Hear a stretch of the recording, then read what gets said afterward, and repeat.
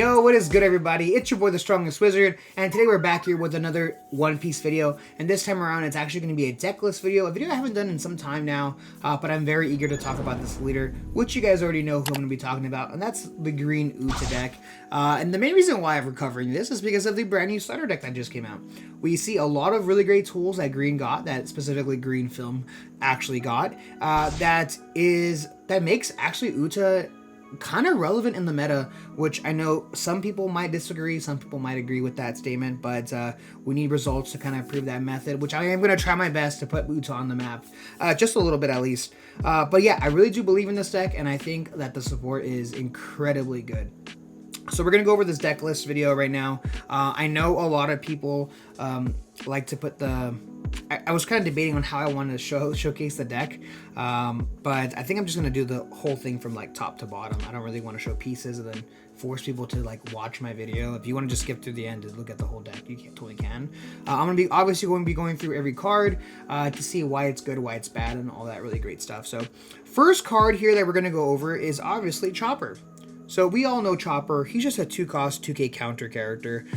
You rarely ever play that character. And if you do, it's because you're trying to be funny or because you're really starving for attacks, which you really never have that issue with this deck. So no real reason to actually play that character. So next card here was we have Luffy, which this is the proxy version. I was only able to get my hands on one starter deck, so if some of them say proxy, you know why. But here we have the real 2-cost Luffy. This is a brand new 2-cost 3000 power character. Like I mentioned before, it's a 2k counter character as well. And what's really nice about this character is that when a UTA is rested, this character gains plus 1000. Now this works on both turns, which is actually super important. So if you're really trying to get like a sneaky 5k swing, 7k swing in there, you technically can with Luffy. It's very possible. I wouldn't recommend it, but you totally can. Regardless, it's a film card that's named Luffy, which is nice, right? So there is Luffy there. Next character we have is one that you're definitely no stranger to if you're watching this video. That's 3-cost UTA. 3-cost UTA is fantastic. 4000 power, 1k counter. She's a blocker. You can pitch one event card to actually set active one of your film characters, which is very important. So you're able to swing with your 7-cost Luffy or swing with your film characters and then pitch an event card and then put her standing, or put that character standing. It doesn't work with the leader, which you wouldn't want to anyways, but it works with all your characters, which is just important, right? So next we have 4 copies of Nami. Now this is not Onami, this is just Nami. Fantastic card. Literally one of the key pieces of this deck. 3-cost, 5000 power, no counter, which is pretty bad with this character, but on play and when attacking, you tap or you rest 1 Dawn to search the top 3 for a film card, and you get to add 1 card to your hand.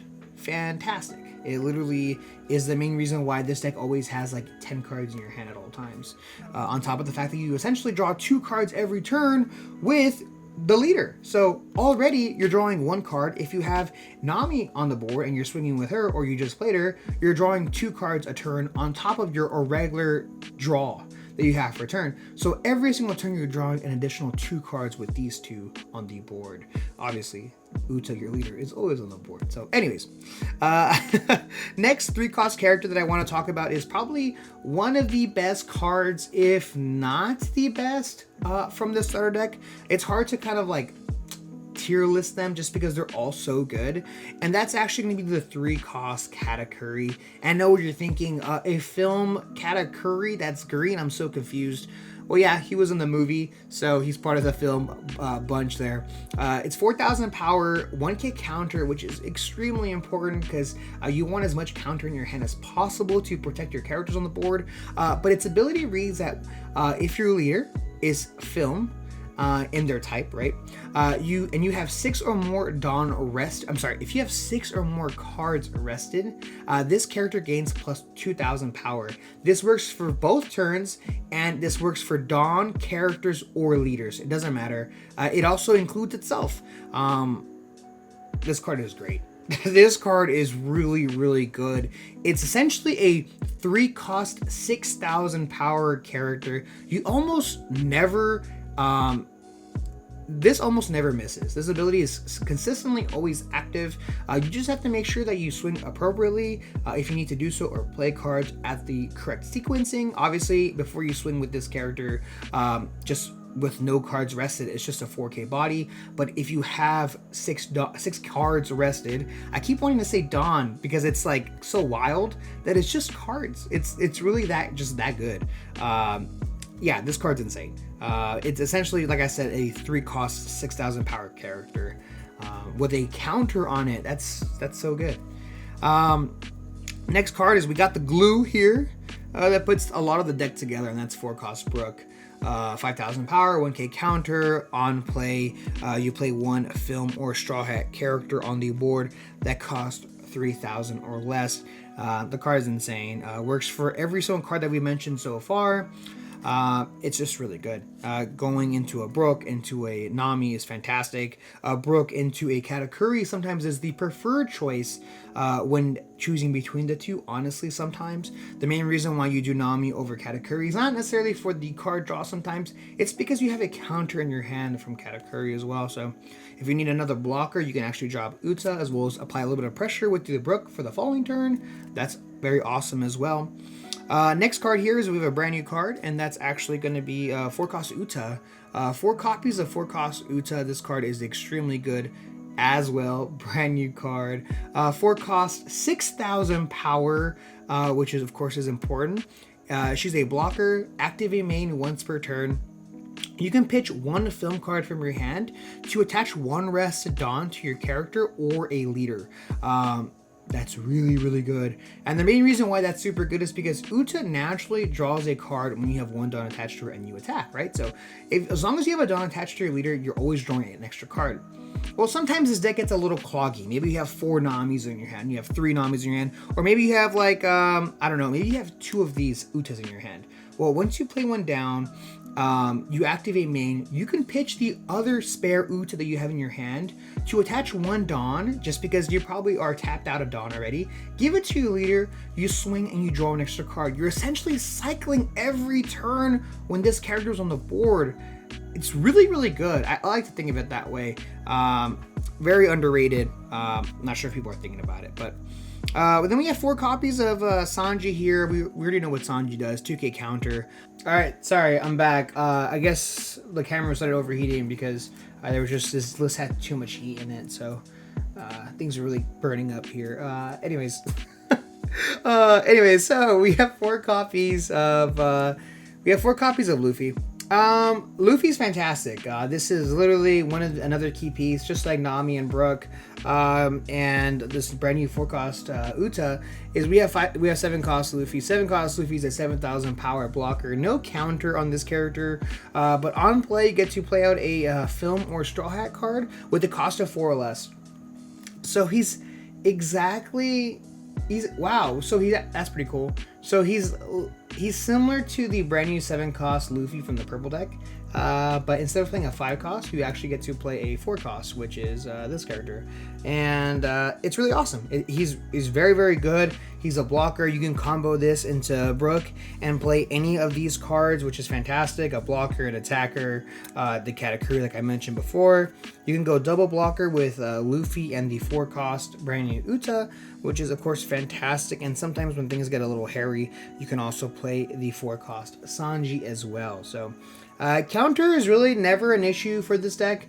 You never don't have counter. You always have counter with this deck, just because you're drawing 2 cards a turn, like I continuously keep mentioning in this video. So that's fantastic. The next card is a brand new card. A card that's actually one of my favorites from the starter deck. I think this card is huge. This card is one of the best things about this deck that really put Uta back on the map. And that's the hockey god himself. That's Shanks. He's a 9-cost, 11,000 power character. He's a film type, which is very important. On play, you get to KO a rested card on the opponent's side of the board. it's really, really good. This is really, really good. This gets over Jack, Gecko. Now, the only issue with this card is that it KOs a character. It doesn't move it to the trash, it KOs. So if they play Sabo and you have to have a protected board, this card is essentially useless. It's a 11k vanilla. What's really, really good about this character, though, is that it costs 9. So the reason why that's good is because you can still use your leader ability. Obviously, UTA, you need a Dawn attached to this leader in order to use its ability to draw yourself a card.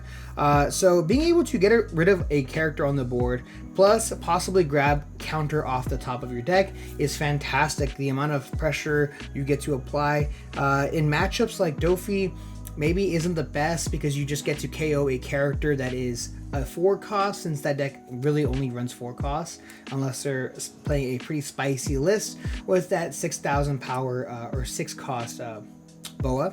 But for the most part, yeah, this is Old Faithful here. He can KO pretty much anything.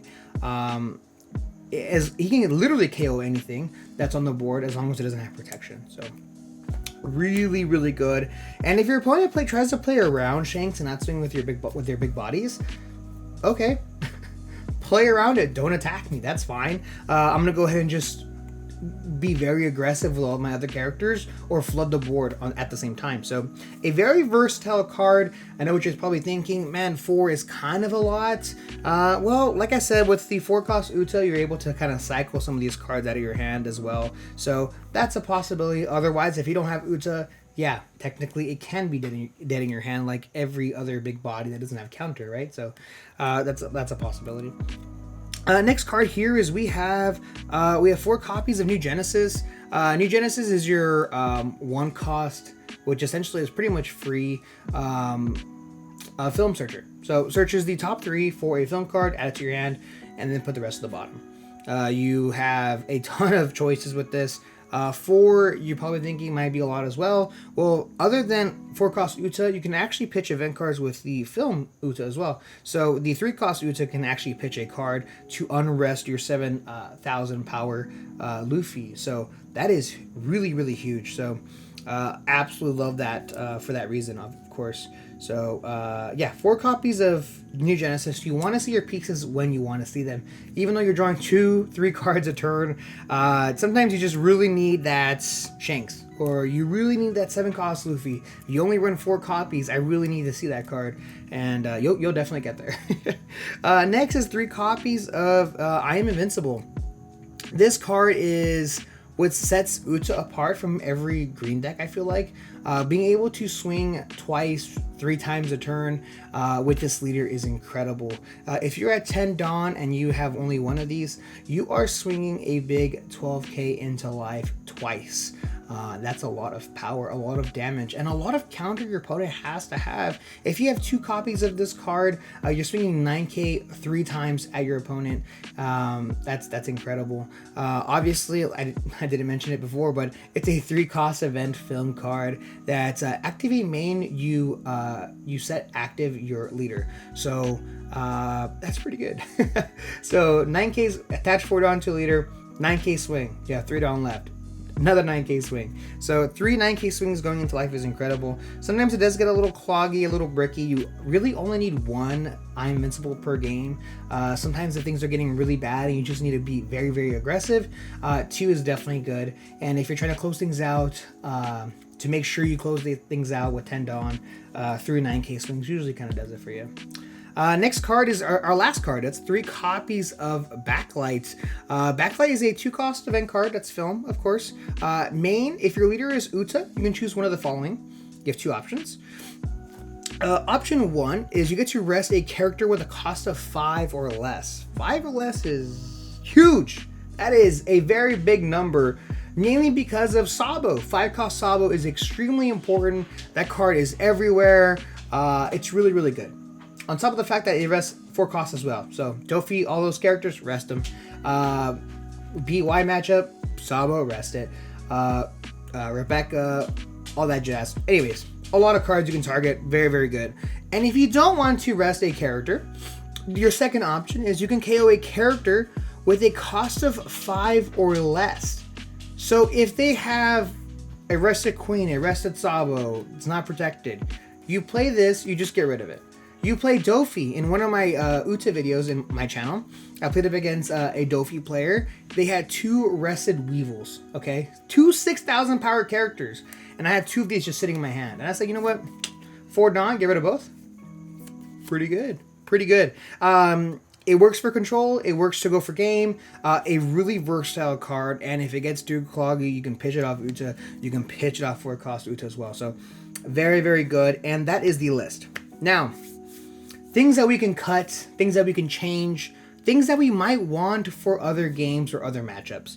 I think this deck does pretty good against BY. Cards like Backlight, to rest Sabos, not to KO them because they're always protected. To rest Backlight, attach everything onto Shanks, and you just kind of go for game. Usually will do the trick. You can also rest 1 Sabo and swing twice 12k into life with the leader. That's pretty solid as well. Obviously, if their leader is 9k, that doesn't do too much. So your choice is definitely Shanks on that matter. Another card that, so like obviously in that matchup, like I was saying, another possibility you can add that you can add, I'm totally not against it, is 8 cost Kid as well as the 9 cost Zoro.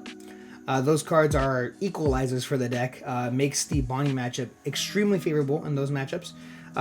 So yeah, you can definitely run those 2 characters. Only reason why I'm not currently running that is because I don't want to get upset every time I miss off the leader ability. Like I said, which happens a lot. But a 2 of isn't the worst. You could probably cut 2 Shanks off for that, or if you wanted to kind of trim down on these event cards, you totally can. It is a little difficult though, because you're literally trimming down consistency when you're doing that. So it definitely a tough choice for sure. So there's those possibilities. Another card that you can run that's really good in a ton of matchups is Hody Jones. Hody Jones being able to take your own life. You're a 5 life leader with a ton of counters, so being able to take your life kind of here and there is actually still pretty good. You totally can do so. Those are a couple cards I think are pretty good, but yeah, this is the deck list. I have been playing this deck quite a lot, along with a couple of other 8.5 lists. And this is my list, my version. No way is this perfect. This is not the game-changing list. I'm sure someone will do really great with a different list or something similar to mine. But let me know in the comment section below what you guys think. Is this a really good list? Do you like UTA? Is UTA kind of fake, or is this kind of like a low-key competitor here? And the main reason why I think this is like such a big deal for this deck to come out right now is because it actually has, at worst, a 50-50 matchup against Dofi. I think this deck is really good against Dofi. Whoa, before you guys go, I actually made a UTA matchup chart right here. So I labeled it +2, +1, even, -1, -2. So +2 is actually a really easy matchup for UTA. +1 is a pretty easy matchup for UTA. Even is obviously even. -1 gets a little hard, and -2 is extremely difficult. Let me know in the comment section below what you guys think about this. How wild is this take? Is this a hot take? Let me know. Alright, that's going to be it for me today, guys. Thank you guys so much for checking out this channel as well as this video. I really do appreciate it. And stay tuned because I have a ton of new OP08.5 content coming out soon. See ya!